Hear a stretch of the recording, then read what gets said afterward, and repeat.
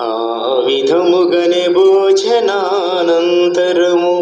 పాత్రమునందుకుని మరల కృతజ్ఞతావందనములు చెప్పి శిష్యులకిచ్చుచు ఇట్లనీరి, మీరందరూ దీనిని తీసుకొని దీని నుండి పానము చేయుడు. ఏలయనా ఇది నూతన నిత్య నిబంధన యొక్క నా రక్తపు పాత్రము. ఇది మీ కొరకును అనేకుల